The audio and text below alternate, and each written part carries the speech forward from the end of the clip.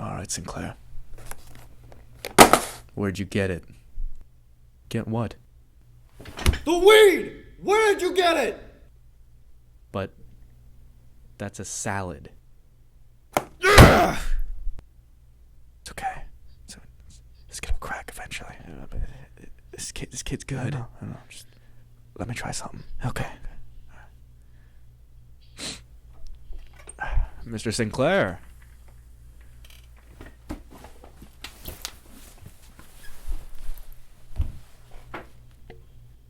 Look, we're on your side here. All right, we're not going to get in trouble. We just need you to tell us where you got the weed from. Look, I already told you, it's not weed, it's a salad. Lies! Easy. If you're so sure that this is in fact a salad, you wouldn't mind if we had a specialist come in and examine this, right? Frankie!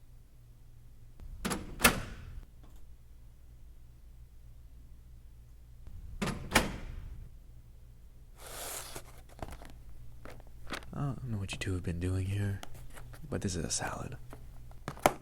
What? Yeah, look, there's a thing of tomato right there. You're free to go, kid. Oh, thank you, Doc. Yeah, you're the bomb, man. Bomb! Bomb! Here's a bomb! Bomb squad, get in here ASAP!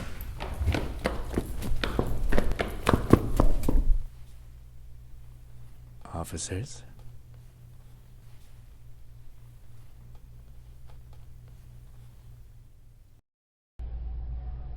Hey.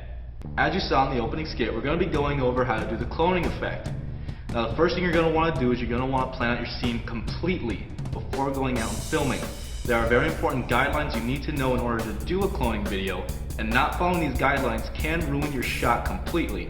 Now depending on your experience in your editing software, you may be able to break a few of these guidelines, but for the purposes of this video, we're going to just keep things simple. The guidelines you have to follow to make a clone video are you cannot move the camera in the slightest. Alright, the slightest bump will ruin your shot absolutely. So lock that puppy down on a tripod and surround it in police tape. The next thing you have to know is not to let your two clones overlap each other.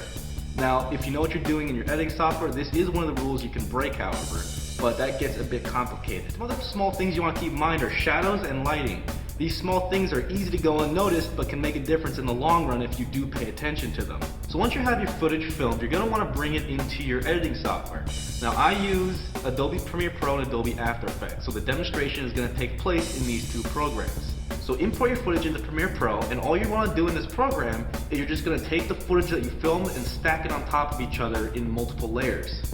Then all you're going to want to do from there is trim down your clips and realign them so that they play back as they would if your cloning effect was complete. Now the reason I like using the Adobe products is because they have this nifty feature called Dynamic Link.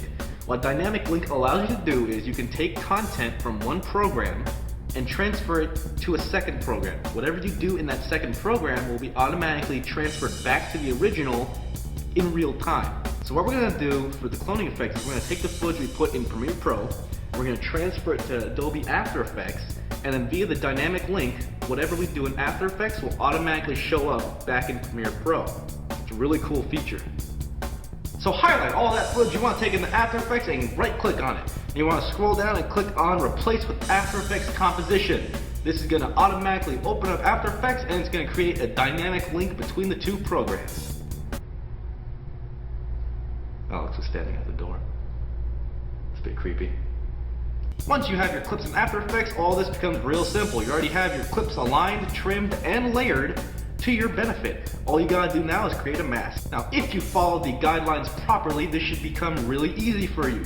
All you gotta do is make sure that the top layer is highlighted, go up to the top of After Effects, select the rectangle mask, click and drag, and you should have a clone effect. If you did not follow the guidelines, and your clone overlaps each other, we have an issue now. Not really. It gets a bit tricky, but there is a way to get around it. What you're gonna have to do is you're gonna have to select the pen tool, and frame by frame, you're gonna have to mask out the part that gets cut off. Which is why, if you don't know exactly what you're doing, it's best to try and avoid this at all costs. Once you have your mask done and complete, it's probably gonna look a bit off depending on when you're filming. If you have a clean background like this, then no worries.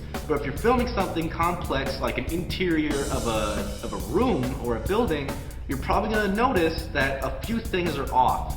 This can be easily fixed by simply feathering your mask. What you do is you just go down the mask, you just click F, a little feature should pop up that says feather, and just jack up the feather. When you create a mask, what you're basically doing is you're cutting out a picture and you're slapping it on a bigger piece of paper. What feathering does is, again, going back to the picture reference, it takes that picture you slapped on and it blends it into the bigger picture. So feathering can help hide seams in your mask.